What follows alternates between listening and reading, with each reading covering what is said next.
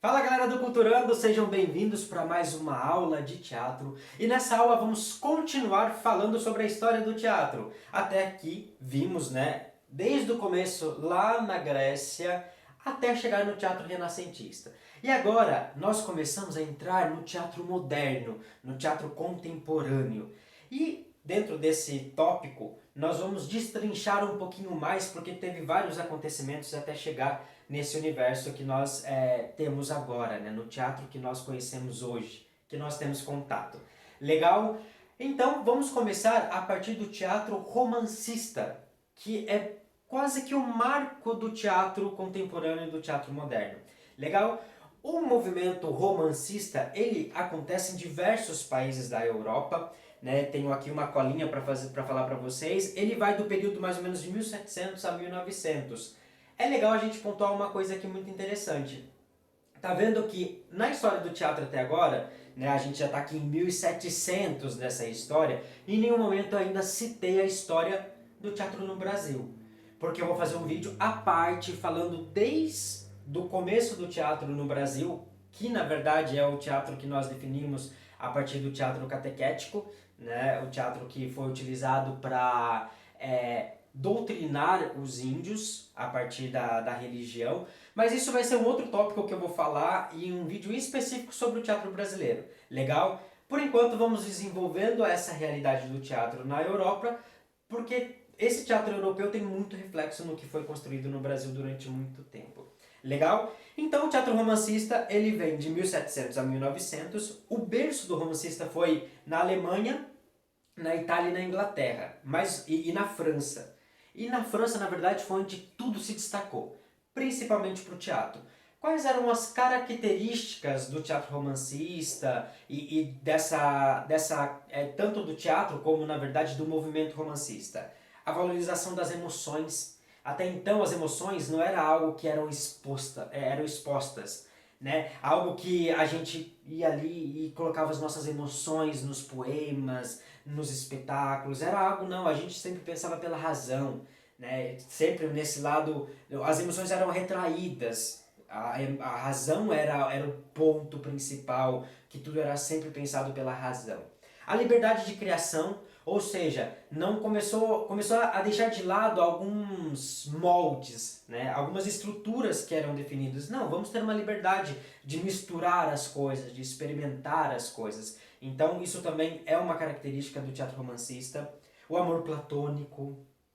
Os temas religiosos eles começam a voltar e também começa a pensar mais no individualismo, no nacionalismo e buscar novamente a história. Ou seja, começa a beber na história para criar coisas novas e também coisas diferenciadas. Legal? Pensando no teatro, uma coisa muito interessante é que começa o fim da tragédia, começa a surgir o drama. O drama como a gente conhece hoje. Até então existiam as tragédias que falavam do sofrimento do homem, não? Então começa a surgir o drama, que fala principalmente dessas dores do homem, do cotidiano dele, da vida mais real. Uma outra coisa também que era a busca da inspiração na natureza. O que a natureza em volta ela faz eu refletir e criar coisas. Bacana? Começa a se dividir as peças em atos, primeiro ato, segundo ato, terceiro ato, que era uma coisa que até então não era utilizada dentro do teatro, e também começa a ter um marco muito interessante que é a modificação do espaço cênico. Começa a se utilizar tecnologias, a iluminação a partir da iluminação a gás, começa a se criar traquitanas para movimentar cenários, porque até então no Renascimento, como a gente viu, existia um teatro que era um palco que era fixo, um formato e um desenho de palco que representavam as ruas, representavam as coisas que eram fixo. Todos os espetáculos passavam naquele mesmo lugar.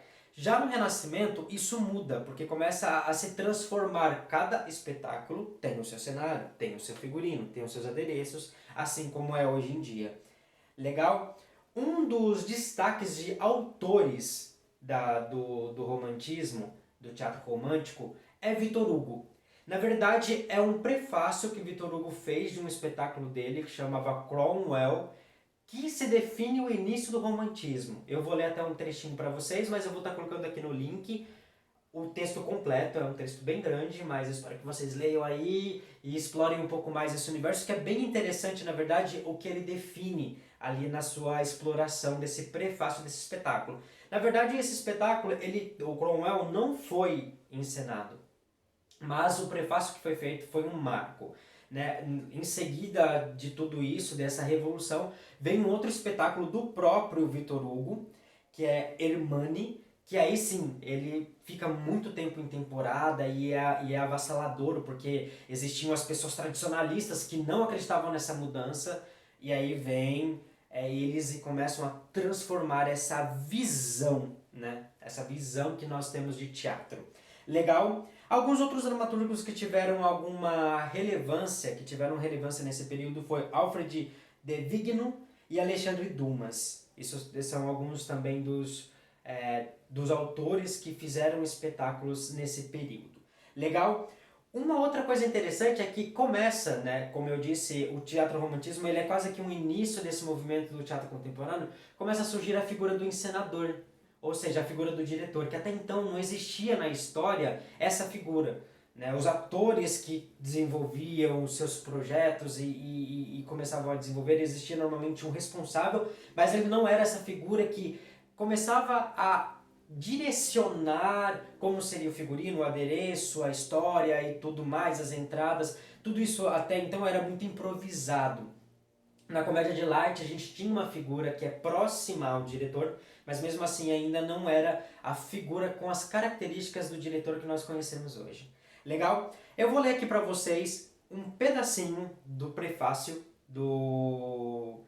desse prefácio do espetáculo Cromwell, que Victor Hugo escreveu, falando um pouco sobre o surgimento do movimento romancista e dessas características que começam a transformar a forma de fazer teatro até então. Legal? Vamos lá. Se tivéssemos o direito de dizer qual poderia ser, em nosso gosto, o estilo do drama, queríamos um universo livre, franco, leal, que ousasse tudo dizer sem hipocrisia, tudo exprimir sem rebuscamento e passasse com o movimento natural da comédia-tragédia, do sublime ao grotesco, alternadamente positivo e poético, ao mesmo tempo artístico e inspirado, profundo e repentino, amplo e verdadeiro. Essa frase que está dentro desse prefácio fala muito sobre essa revolução. Ou seja, como eu ter a liberdade de falar o que eu quero, como eu quero, sem pensar numa estrutura pré-definida, estabelecida, de que tem que ser assim ou tem que ser assado. Isso foi um marco na Revolução realmente. E aqui, como podemos ver no que ele cita, a mistura da comédia e do drama, isso se intensifica.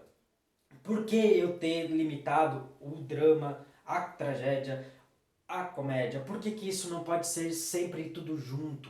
Nesse momento também começou a se misturar a prosa e a poesia, que até então muito era ser feito sempre com a poesia. O teatro ele era muito poético nesse sentido, e aqui começa a se misturar muito essas coisas.